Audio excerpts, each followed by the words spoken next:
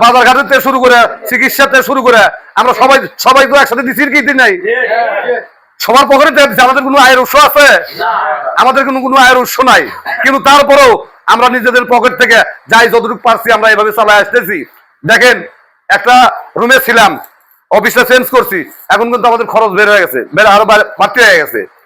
ওখানে ছিলাম 6-7 হাজার টাকা মাসে, এই যে এই অফিসটাতে আসার পরে 18-20 হাজার টাকা কিন্তু প্রতি মাসে লাগে।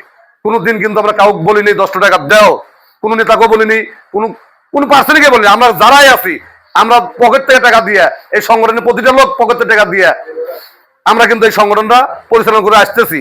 মানুষের আপদ বিপদে যাচ্ছি, মৃত্যুকালীন টাকাও দিচ্ছি। কেউ মৃত্যুকালীন আমার বন্দরের কোনো মৃত্যুকালীন লোক বলতে পারবে না যে আমরা তার জানাজায় টাকা দিই নাই, বলতে পারবে কেউ? ভাই বলতে পারবে না। তাই আমরা চাই আপনারা যদি আমাদের সাথে এইভাবেই, এটা তো মানে কি বলবো, নিজের খায়া বোনের মোষ তাড়ানো, কিন্তু আমরা এই ভাই ব্রাদার সবে এক জায়গায় একটা মুষ্টিমে থাকা, এটাই আমাদের বড় পাওয়া।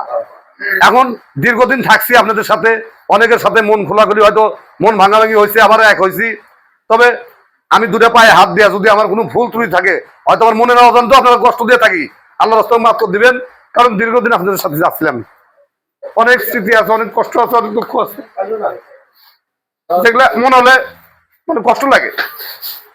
সবাই সবার ডাকে আসে না ভাই, আপনাদের টাকাটা নিয়ে আসা সম্ভব না, কিন্তু এটা ভালোবাসার টানে আসছেন, এই ভালোবাসাটা সারা জীবন থাকে, এটাই আমার বক্তব্য, এটাই আমার চাওয়া পাওয়া, এটাই আমার আশা। আজকে কিন্তু আমার ভাই বলে যে রাজু মোল্লাজুল না সৃষ্টি না হতে হলে এরকম অফিস হতো না, এই বন্দর কমিটি হয়তো সম্ভব হতো না। আমার তখন গর্বে বুক ভরে যায় যে আসলে কতটুকু করতে পারছি না পারছি, এটাই আমার কাছে পরম পাওয়া। আমার বেশি কিছু দরকার নেই, আমি যেন আপনাদের সাথে মৃত্যু রাখ পর্যন্ত এরকম হাসি খুশিতে চলতে পারি ভাই। আমি পাগল ছাগল মানুষ, আমার সবাই দোয়া করবেন মন খুলে। এবার আমার বক্তব্য শেষ হচ্ছে। আসসালামু আলাইকুম।